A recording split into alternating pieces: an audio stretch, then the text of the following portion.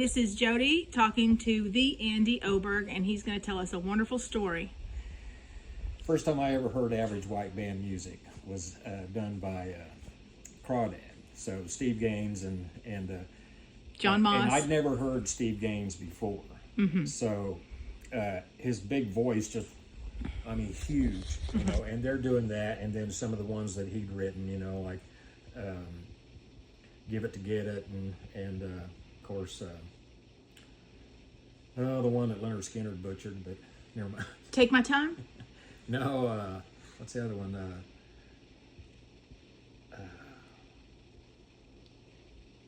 Anyway, so yeah, that's when I first found Average White Band. And then I went with a show group out of Dallas, and we were doing Cut the Cake, and we were doing Groove the Night Away. Which tune was Crawdad doing when you heard him doing Average White Band? Cut the Cake? Wow. And other groups like Charlie McCall's group in Springfield, Zachary Bowe, they were doing Person to Person and and Pick Up the Pieces.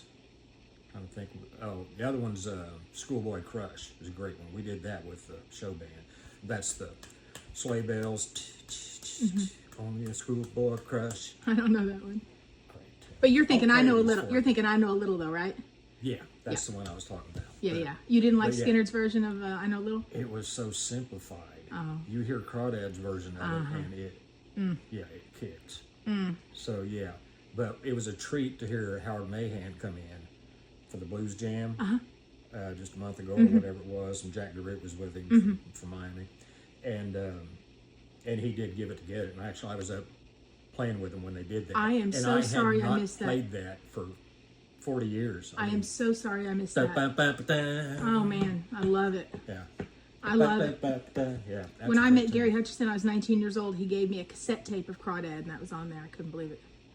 It's amazing. When I met him, I was 22 years old, maybe 21. No, I think actually I knew him before. I'd met him at Massey's, I think. He was giving lessons there, Massey Music. But when he first started Southern Fried, I mean, they were another kind of rival band. We were in this group called Homegrown, me and Don Malachi and Tommy Walkinshaw, who's a phenomenal drummer, and Mike McWilliams on bass. And that was a good band. And then we just couldn't keep up with things, getting the bookings and all that anyway. And I mean, this was Leisure Suit era. I've got pictures of that. But then I went out with Steve Tilford and Tobacco Road, which was the show band out of Dallas, and that was Ken ran one of their top groups. And so we were on tour behind El Chicano and Tower of Power and stuff up through Canada and all down the West Coast. And I was the least qualified person in that group. We had all these North Texas State grads in there. Yeah. And then guitar player, main singer from Hawaii, Ben Vegas, who's still in Hawaii now. And he was doing all that Philip Bailey, you know, Earth, Wind, and Fire and stuff, just like his name, you know. And yeah, just phenomenal guy, great entertainer. But that was, and we had the drummer who actually grew up with Robert Spoon. Oh wow! Down in Texas, and the South Padre down there anyway. So Corpus Christi, that's where we grew up at. But, yeah, and then you ended up in Branson for a long time, right? Yeah, I went to Branson first time in end of 86, went into 87, everything I got into fell through. So then I got a chance to come down to Eureka Springs, go to work for Warren Stokes Country Review, and that's when I met Rhonda, and which 38 years ago, and played there for a season and a half, basically. Tom Katz came in after me and played there, but I knew Tom from, we were a house band out at Countryland in Springville in 85 and part of 86. And so he would come into the jams down there. And Mason Treat, who he went out with, he wound up being with John Anderson for years. What did you say about Mason Treat? He was a drummer for John Anderson. But he'd come in and jam with us too down there. Oh, I see. Then he got the job with John. He tried to get me a job with him. They needed a keyboard player. And this is right when John released Straight Tequila Nights, that whole Southern Winds album, or whatever it's called. Anyway, but he had, and they were playing 6 nights a week. And I had other things I was wanting to do, and it kind of, I think it pissed Mason off that I didn't take the job, you know.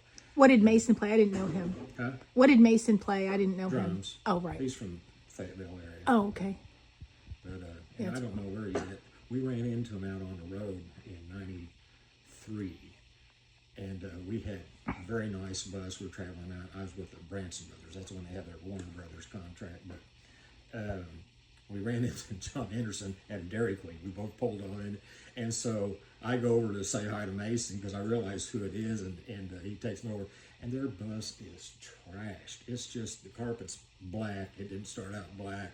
It just, and I'm like, you know, I think I made the right choice. And going out with that, so Little validation never hurts. yeah. So And then tell me about you getting the Hall of Fame award. well, had a band called Sensational Showman back in early '70s, and there were several different incarnations of this. I played with the Chinook, Kansas bunch before. Well, that would have been '70, I guess, '71 partly anyway, and then went with a group that got named that because the booking agent that was a name that they had. That was a big thing back then. John Brown, who had Mid-Continent booking agency up there, he had the Flippers and the Surfs and all these groups. And if they had two bookings that both wanted the Flippers, they sent another band. Oh my gosh. As the Flipper. They do that a bunch, which that happened everywhere. Dr. John talks about doing that, you know, and everything. They wanted, he played with, what's his name? Could sound just like Little Richard. And back then you didn't have enough exposure anyway to where everybody actually knew what Little Richard looked like, or Irma Thomas and these people. So they would book out, you know, as these other people, you know, make the money, whatever they could. But anyway, get back to story. I did not know So that the happened. That's sensa- hilarious. Yeah, it happened a bunch. So the Sensational Showman, we were a horn band, played a lot of Chicago, Blood, Sweat, and Tears. Of course, we were doing the rock of the era, Grand Funk Railroad and Jethro Tull and just some other standard R&B stuff, you know, Knock on Wood, that kind of stuff, you know. But a whole lot of Chicago and Santana. Those were our biggest things. And that was, like I said, 71. 72, I left out of there probably early 73. Well, one of our trumpet players was involved in some of these other inductions in the Kansas Music Hall of Fame. Because if you don't play trumpet every day, you don't play trumpet. So he would do the induction ceremonies with the groups like Spider and the Crabs and King Midas and the Mufflers and stuff when they got inducted. So through that, when you get inducted, you become a voting member. So he got us on the ballot, and he lobbied with all these other groups to vote, you know, and so we got in, and it's on YouTube. You can look up. Oh, I'd like to see that, yeah. And there's stuff me playing on there, but we played well at the induction, and our drummer hadn't played since '73, and neither had the trombone player. Everybody else had kind of in and out and whatever, and we picked up the other Cruz brother. We had two brothers, both Jerry Cruz and Chris Cruz, and then we added in who was, when we were doing this Sensational Showman, he was only like 8 years old or something, but they all three played great trumpet. So we had a four-piece brass section anyway with trombone and stuff. But yeah, we did a good job on that. But that's how we got inducted. Actually, first we put together a reunion thing with us and Fatty Lumpkin, which was a group out of... I know Fatty Lumpkin. I love that band. They're out of North Texas State, right? Weren't they out of Denton? Huh? Weren't they out of Denton, Texas? There could have been another one down there, but this one was started by Bob Golay, who was actually in the Showman too before. Oh that. my goodness, there's another And band they were called... They were as many as, I think, 11, 12 piece or something at the inception. They had all these different players. And what kind of music did they play? All the stuff from that day, from that era. Oh my goodness! So from late 60s, early 70s. So a wonderful young funk band out of Denton, Texas, North Texas State guys put a band together. It was killer, I've got but they t-shirts. called it Fatty Lumpkin. Yeah, That's Well, hilarious. That's from who is it? Is it Dickens or? It's from Literature. Literature. Oh, yeah, okay. Some book anyway. And that went through a lot of incarnations to where it finally just wound up as being a four-piece group that played for the longest time. But that was, Yeah, I'm trying to think of anybody who came out of there that you would have heard of. But Tell anyway, we me. got both those bands together for a little reunion thing in Pittsburgh, and through that, then we got on the ballot and got into Kansas Music Hall of Fame. That's very sweet. Tell me quickly about the Horn Dogs. Horn Dogs were a group that, and I was initially asked to be the first keyboard player in that. Gary Myers, who was in Zachary Bowe that I mentioned out of Springfield. At this time, he was with Mickey Gilley. He was MC and a guitar player for Mickey Gilley until he died, till Gary died. And of course, Mickey passed later. But and we had the same birthday, born on the same day.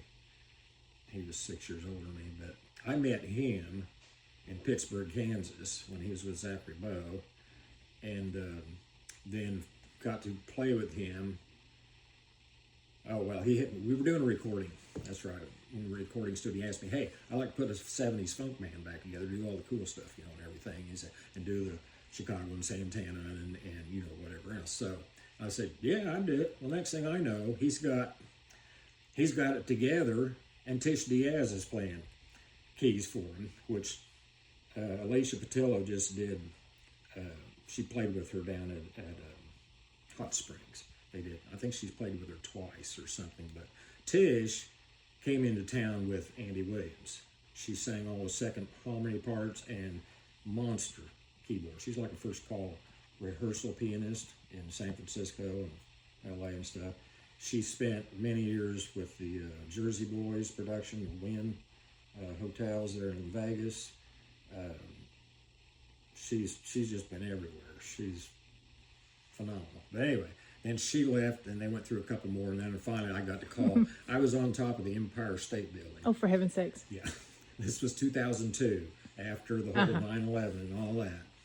And I get a call from Gary. Hey, you interested, in playing with the Horn Dogs? Yeah, for the second time, And so he said, okay. So, yeah, so I got with him, and I was with him off and on for 15 years. Wow. And they were... Bucky, our lead singer, he left in 2015 with Bill Medley, because Bill Medley had been in town doing the 60s, 70s thing, anyway, Righteous Brothers. So Bucky became the other half of the Righteous Brothers for the last 10 years, and they've been all over.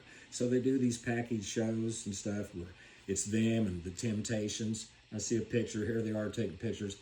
Who's singing with the Temptations? Larry Braggs. Larry Braggs. My favorite. So him and Bucky, hanging out and everything. Bucky goes over and sings with, Danny Falcone and the Santa Fe Horns, which is the Tower of Power group in Vegas.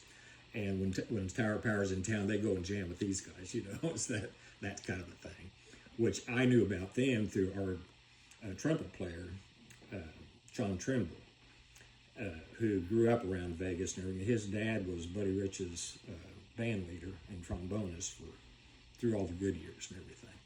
And John played trumpet with us with the Horn Dogs, and he does all these charts and stuff too.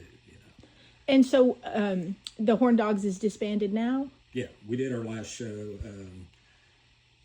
St. Patrick's Day in 2017, so March 17th, I think it was, 2017 at the Rowdy Beaver up there. But really? Just because you can't get 10 people together, and for the last couple years, there was times I didn't even know the horn players' names. They had whoever was available, and they'd come in and read the charts down fine. Yeah, sure. That's fine. But the core band was always, and me and Bucky and Dino Phillips, black drummer from East St. Louis, who's still in town with the Haygoods and all that, but he's funky drummer.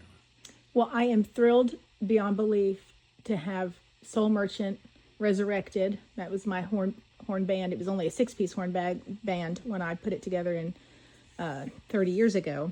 And I'm thrilled to death that it's been resurrected and that you have agreed to be part of it. The entire lineup is just... Glad to do it. And I love playing all this stuff. And if it's done right... Well, you're the guy. You're the guy to do it. So thank you so much. And thanks for meeting with me today. I'm going to do another one of these. This was part 1 with Andy Oberg.